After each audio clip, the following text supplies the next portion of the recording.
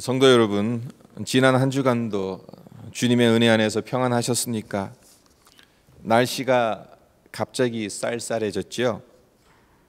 지난 목요일 밤까지만 해도 더워서 잠을 설쳤었는데 금요일 아침부터 보슬비가 내리기 시작하면서 기온이 뚝 떨어졌습니다. 올해 여름은 유난히도 더웠고 9월 중순까지 여름 같은 날들이 지속되었기 때문에 며칠 사이에 일어난 갑작스런 기온의 변화가 너무나도 당연한 것인데도 낯설게 다가오는 것 같습니다. 가을입니다. 하늘은 높고 말은 살찐다는 천고마비의 계절, 그리고 묵상의 계절, 가을입니다. 이 가을에 말씀을 깊이 묵상함으로 우리의 영혼이 살찌고 우리의 마음이 하늘에 계신 하나님의 뜻을 헤아릴 수 있기를 바랍니다. 오늘 함께 상고하고자 하는 말씀은 역대상 18장 3절로 6절인데요. 특별히 6절 하반절을 보면 다윗이 어디로 가든지 여호와께서 이기게 하시니라 라고 말씀하고 있죠.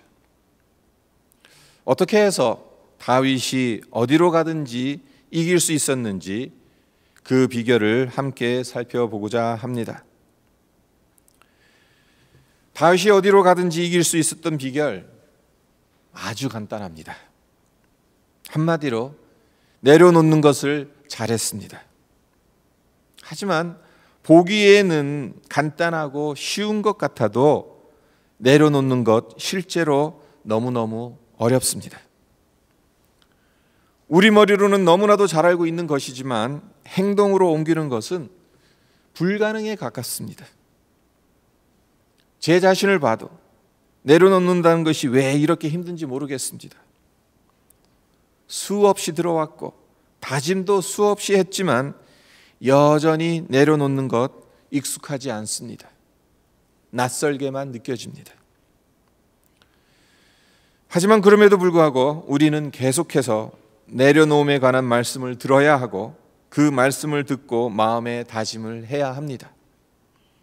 그래야 더디더라도 조금씩 내려놓는 것을 배워갈 수 있는 것입니다. 바라기는 오늘 함께 읽은 본문 말씀을 통해 내려놓음에 대해 다시 한번 귀를 기울이며 우리 마음에 믿음의 다짐을 하는 시간이 되었으면 합니다. 자, 그렇다면 다윗이 무엇을 내려놓았고 어떻게 내려놓았는지 구체적으로 살펴보도록 합니다. 다윗이 내려놓은 것은 막강한 군사력이었습니다. 전쟁에서 이기게 되면 무엇을 얻습니까? 전리품을 얻지요. 전리품 얻게 되는 거 당연합니다. 금은 보석, 전쟁포로, 그리고 상대방의 무기들을 취할 수 있었어요. 그 당시 최고의 무기가 무엇이었느냐? 말이었습니다. 오늘날로 치면 항공모함, 스텔스 전투기의 버금가는 최고의 무기가 말이었습니다. 다윗은 소방왕 하다데셀과 싸운 전쟁에서 이겼고 그 결과 이 모든 것을 얻었습니다. 다윗이 이겼으니까 그 모든 것이 다 다윗의 것이죠. 그렇기 때문에 이것으로 자신의 군사력을 더 증강시킬 수 있는 좋은 기회가 다윗에게 온 것입니다. 그리고 증강된 군사력을 통해 이스라엘의 영토를 더 확장시키겠다고 한다면 이건 명분도 서는 일입니다. 한마디로 하늘이 내려준 선물이라고 할 수 있습니다. 하지만 다윗이 내린 결단은 어떤 결단이었습니까? 4절을 보면 그 병거 1,000승과 기병 7,000과 보병 2만을 빼앗고 그 병거 100승의 말만 남기고 그 외의 병거의 말은 다 발에 힘줄을 끊었더니 전쟁에서 이겨서 기병 7,000명과 보병 2만 명을 포로로 붙잡았어요. 그리고 병거 1,000승을 빼앗았으니까 말 1,000마리를 획득한 것이나 마찬가지잖아요. 그러므로 얼마나 많은 보탬이 되었겠습니까? 하지만 다윗은 그 누구도 예상할 수 없는 일을 합니다. 1,000마리의 말 중에 100마리만 남기고 900마리는 모두 발의 힘줄을 끊어버립니다. 성도 여러분, 말의 발 힘줄을 끊으면 어떻게 됩니까? 발 힘줄을 끊었다고 해서 말이 걸을 수 없는 것은 아닙니다. 걸을 수는 있습니다. 하지만 결정적으로 달리지는 못합니다. 달리지 못하는 말, 긴박한 전쟁터에서 말이 달리지 못하고 걸어 다닌다고 생각해 보십시오. 아무 쓸모가 없습니다. 오히려 거추장스럽습니다. 말 때문에 전쟁에 패할 수도 있습니다. 결국 말의 발 힘줄을 끊었다는 것은 더 이상 전쟁용으로 사용하지 않겠다라는 의미입니다. 걸을 수는 있으니까 밭을 갈고 무거운 짐을 끄는 것과 같은 일하는 용도로만 쓰겠다는 겁니다. 하지만 지금 어떤 상황입니까? 한가하게 밭이나 갈고 있을 평화의 때가 아니라는 거예요. 한 치 앞도 할 수 없는 전쟁의 때라는 겁니다. 그렇기 때문에 어떻게 해서라도 전쟁 무기를 많이 확보하는 것 너무너무 중요한 거예요. 요즘 말에 대해서 말씀을 자주 드리는 것 같아요. 지난주엔 야생마에 대해서 말씀드렸고 오늘은 군마에 대해서 말씀드리는데 야생마를 길들이는 것도 무진장 어렵지만 군마를 얻는 것 또한 결코 쉬운 일이 아닙니다. 아무 말이나 전쟁터로 데리고 갈 수 없습니다. 전쟁터에 나가는 군마는 날쌔야 합니다. 용감해야 합니다. 훈련이 잘 되어 있어야 해요. 따라서 이런 귀한 군마의 발 힘줄을 끊는다는 것은 가당치 않습니다. 맨정신으로는 그런 짓 못합니다. 하지만 다윗이 한 일이 무엇입니까? 전쟁에서 획득한 최신식 무기 90%를 무용지물로 만들어 버렸습니다. 어디 가서 비싸게 돈 주고 사와도 모자를 파네. 거저 얻은 말들 90%를 전쟁터에 내보낼 수 없는 말로 만들어 버렸습니다. 그러니 다윗의 참모들이 어떻게 생각했을까요? 정말 멋진 결정을 내렸다고 생각했을까요? 아닐 겁니다. 우리 왕 전쟁에서 몇 번 이기더니 너무 자고해진 것은 아닌가 생각했을지 모릅니다. 그렇다면 과연 다윗이 정신 나가서 아니면 자고해져서 이런 비상식적인 일을 저지르는 것입니까? 아니죠. 그 반대입니다. 다윗은 하나님 앞에서 철저히 겸손했습니다. 하나님 앞에서 자기가 의지하고 통제하고 그래서 힘을 얻을 수 있는 것을 철저하게 포기했습니다. 신명기 17장 16절에서 17절 말씀을 보면 이런 말씀이 나옵니다. 왕된 자는 말을 많이 두지 말 것이요 말을 많이 얻으려고 그 백성을 애굽으로 돌아가게 말 것이니 이는 여호와께서 너에게 이르시기를 너희가 이후에는 그 길로 다시 돌아가지 말 것이라 하셨음이며 아내를 많이 두어서 그 마음이 미혹되게 말 것이며 은금을 자기를 위하여 많이 쌓지 말 것이니라. 이 말씀이 언제 주어진 말씀입니까? 출애굽한 이후 아직 가나안 땅에 들어가지도 않은 이스라엘 백성들에게 모세를 통해 왕에 대한 경고의 말씀으로 주신 것입니다. 이스라엘 백성들이 훗날 가나안 땅에 거하게 될 때 주위 나라처럼 왕을 세우겠다고 한다면 이러이러한 왕을 세우라는 지침을 주시면서 왕은 말과 아내 그리고 재물을 많이 두지 말라고 하나님은 분명하게 경고하셨습니다. 하나님께서 그토록 단호하게 경고하신 이유가 무엇이겠습니까? 이스라엘은 하나님이 다스리는 나라입니다. 따라서 이스라엘 왕은 하나님의 통치를 실행하는 청지기이고 종입니다. 그런데 왕이 이런 것들을 얻어서 의지하게 되면 어떻게 되겠습니까? 자연히 하나님으로부터 멀어질 수밖에 없습니다. 그리고 하나님 외에 다른 수단을 의지해서 백성들을 통치하려고 한다면 더 이상 하나님이 통치하는 나라가 되지 못하는 겁니다.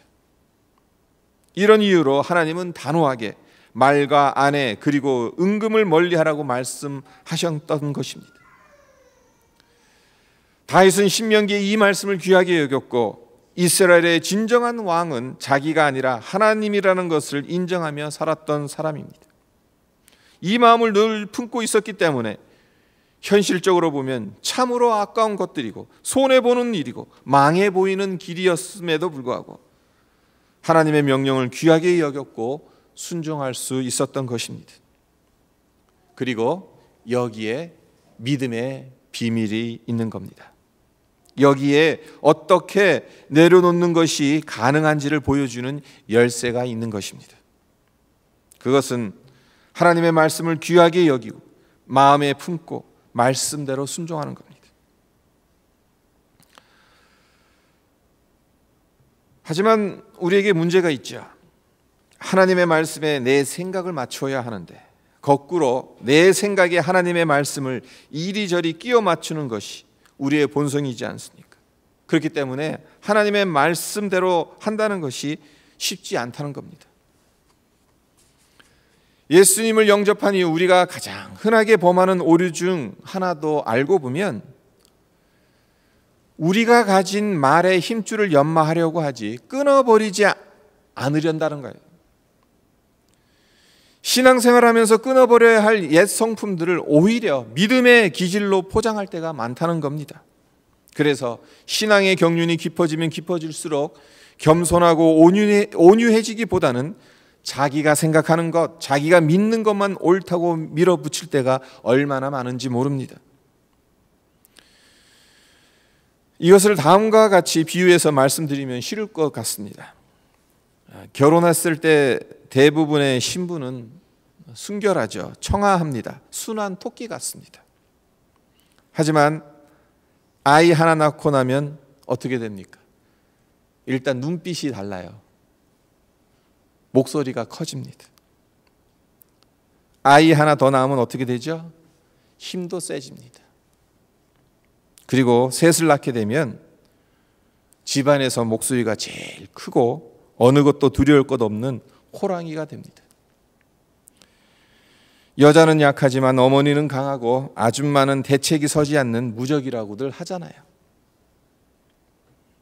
험하고 고단한 삶의 풍파가 연약하고 청초했던 한 여인을 강한 전사로 바꾼 것이겠지요. 남편만 믿고 있다가 아무 일도 안 되는 것을 보게 되니까 억척스러운 엄마로, 대책이 서지 않는 아줌마로 탈바꿈할 수밖에 없었던 것이겠지요. 아내가 그렇게 변한 것의 반은 남편에게 책임이 있다고 말할 수 있습니다. 하지만 여기서 말씀드리려고 하는 요지는 아내의 이러한 변화는 남편의 책임이라는 것이 아니라 우리의 신앙생활도 마치 결혼생활과 같은 양상으로 변해가는 것은 아닌지 점검해 보아야 한다는 겁니다. 처음 예수님 믿었을 때, 은혜 받았을 때를 생각해 보십시오. 십자가의 보혈만 생각해도 저절로 눈물이 날 정도로 순수하지 않았습니까? 주님이 날 사랑하신다는 말 한마디에도 가슴이 메어지지 않았습니까? 그랬던 우리가 신앙생활이 어떠한 것인지를 조금씩 알아가고 교회에서 이런저런 사람들을 만나게 되고 그로 인해 이런저런 상처를 받게 되면서 어떻게 변해갔습니까? 순수함을 유지하며 온유해지고 겸손해져 갔습니까? 아니면 내 목소리가 커져가고 내 생각을 고집스럽게 밀어붙이며 내 힘을 의지하는 것은 아닙니까? 온유해지고 겸손해지셨다면 정말 감사한 일이지만 그렇지 않고 예수님을 오래 믿었음에도 불구하고 오히려 내가 더 강해지는 결과가 초래되었다면 문제가 심각한 것이겠지요. 제가 이렇게 말씀드리는 것은 성도 여러분을 정죄하거나 비난하려고 드리는 말씀이 아닙니다. 잘못된 것을 성령의 인도하심을 구하며 고쳐 나가자는 취지로 말씀드리는 겁니다. 저 역시 말씀만 전하고 뒤로 빠져나갈 수 있는 그러한 사람이 아닙니다. 이 점검 앞에 서야 하는 사람입니다. 여러분들보다 제게 물으실 책임이 더 클 겁니다. 따라서 저로선 두렵기 그지없는 말씀을 전하고 있는 겁니다. 그렇습니다. 자신이 가진 말의 힘줄을 끊지 않아도 여전히 하나님의 일을 할 수는 있습니다. 사람들 눈에 지도력이 뛰어나고 능력 있는 일꾼으로 보일 수는 있습니다. 하지만 이것이 얼마나 두려운 결과를 초래하게 될지 우리는 심각하게 생각해야 합니다. 왜냐? 언젠가는 들통이 나게 되어 있기 때문입니다. 겸손하게 하나님께 영광을 돌리는 것이 아니라 자신의 공로였다고 말하는 순간이 반드시 오게 되어 있기 때문입니다. 무엇보다 하나님께서 계수하실 때가 오기 때문에 우리는 이 문제를 심각하게 생각해야 합니다. 다윗과 솔로몬 어떤 차이가 있었습니까? 다윗도 죄를 범했습니다. 솔로몬도 죄를 범했습니다. 둘 다 하나님 앞에서 완전하지 못했습니다. 하지만 차이점이 있었습니다. 다윗은 자신이 가진 말의 힘줄을 끊었던 반면에 솔로몬은 힘줄을 끊기는커녕 오히려 더 많은 말을 얻기 위해 애굽의 공주와 정략 결혼을 했고 그 말들에 엄청난 투자를 했습니다. 역대하 1장 14절을 보면 솔로몬이 병거와 마병을 모음해 병거가 1,400이요 마병이 1만 2천이라 병거성에도 두고 예루살렘 왕에게도 두었으며 다윗은 1,000마리의 병마 중 900마리의 말의 발 힘줄을 끊었는데 그의 아들 솔로몬은 병마를 1,400마리나 두고 마병을 1만 2천이나 두고 더 나아가 병거성에만 둔 것이 아니라 예루살렘 왕에까지 두었다고 말하고 있습니다. 그리고 역대하 9장 25절도 보면요 똑같은 말씀이 나옵니다.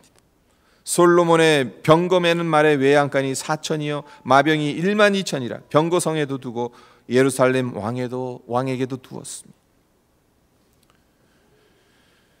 왜 역대기 기자가 역대하 1장 14절과 9장 25절 두 번에 걸쳐서 똑같이 마병이 1만 2천이며 병거성에도 두고 예루살렘 왕에게도 두었다고 기록하고 있는 것입니까?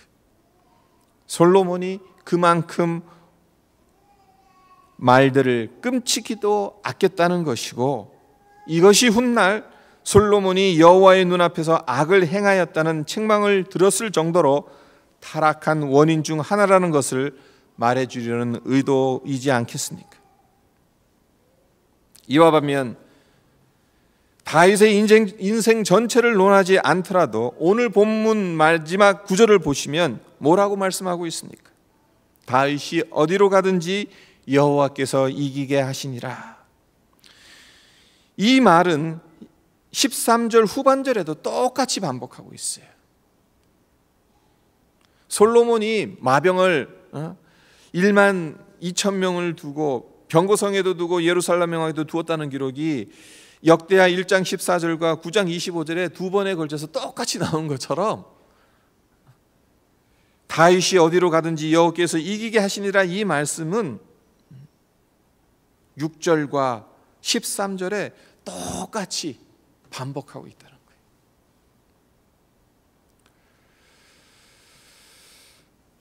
여기서 우리가 말씀을 잘 봐야 합니다.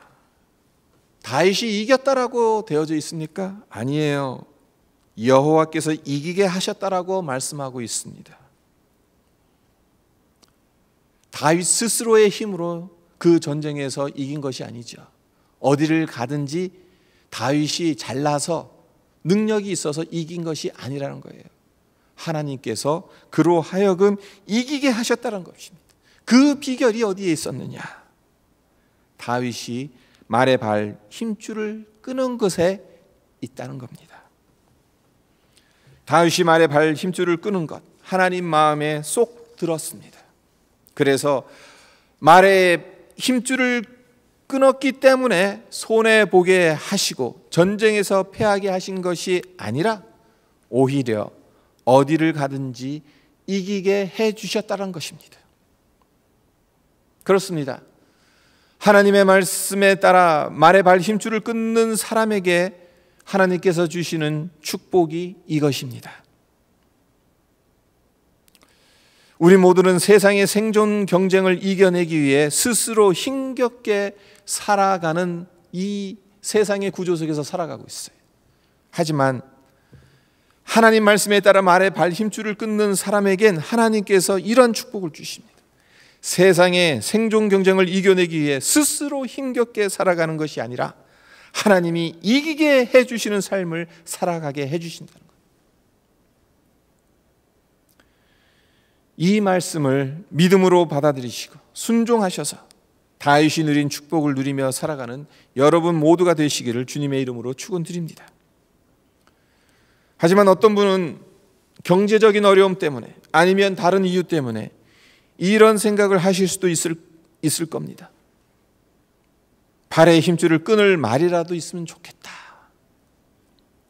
성도 여러분, 근데 말이에요, 역대기가 언제 쓰여졌는지 아십니까? 바벨론 포로 후기 시대에 쓰여진 책입니다. 따라서 역대기의 첫 수신자인 포로 후기 유다 백성들 역시 발의 힘줄을 끊을 말조차 없었습니다.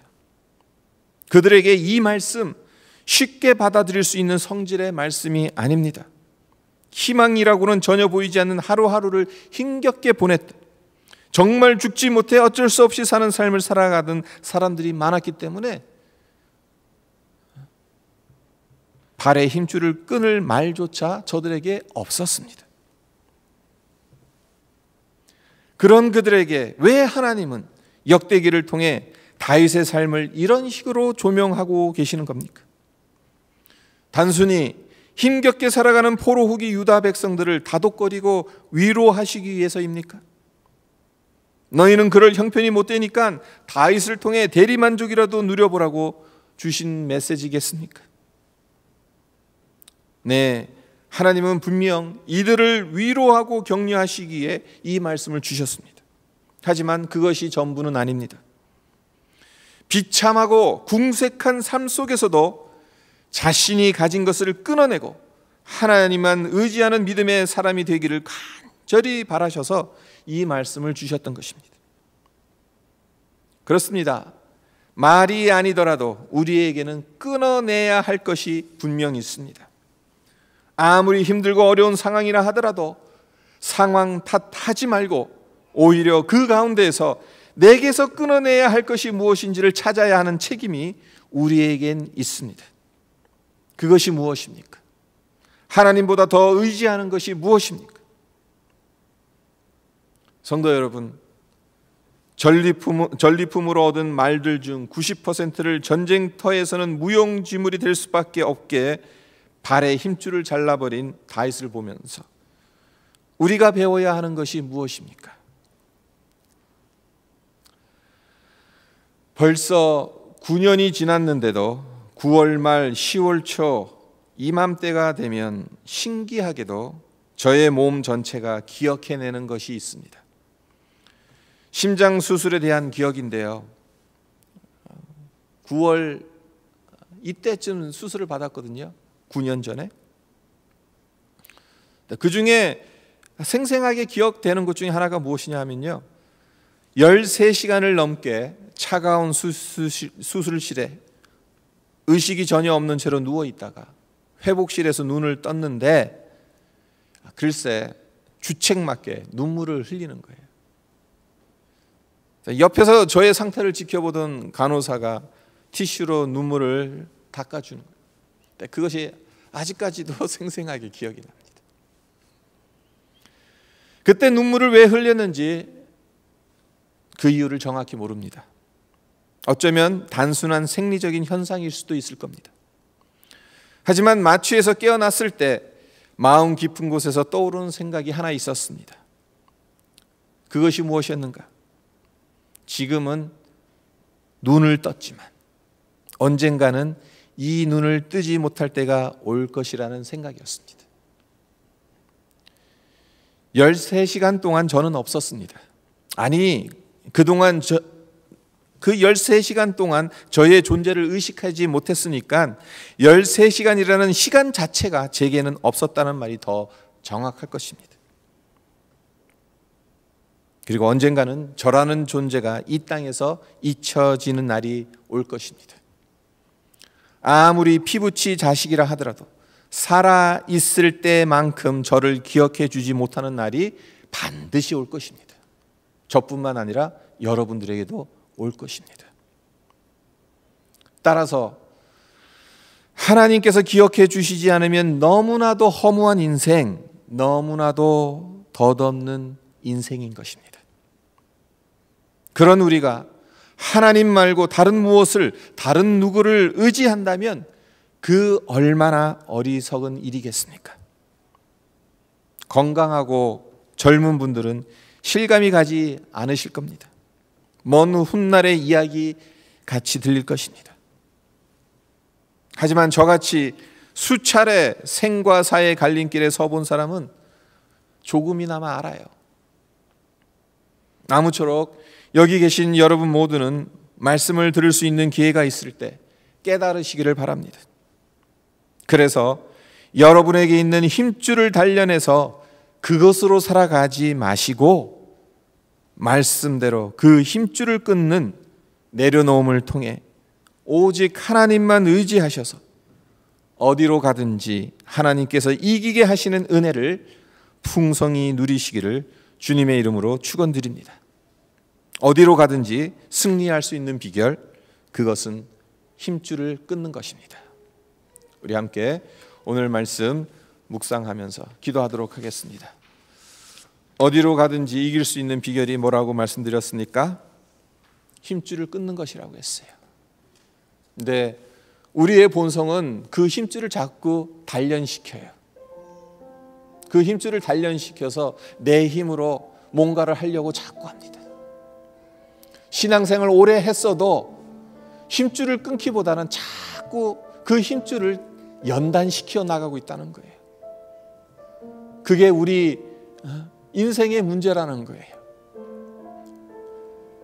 다윗과 솔로몬의 차이가 뭐라고 말씀드렸습니까? 다윗은 1000마리의 말들 중에 900마리의 말들 발에 힘줄을 다 끊었는데 솔로몬은 오히려 비싼 돈 주고 여기저기서 애굽에서 명마들 계속 수집했어요. 말의 발 힘줄을 끄는 게 아니라 오히려 힘센 말들을 계속해서 사모으기 바빴다는 거예요.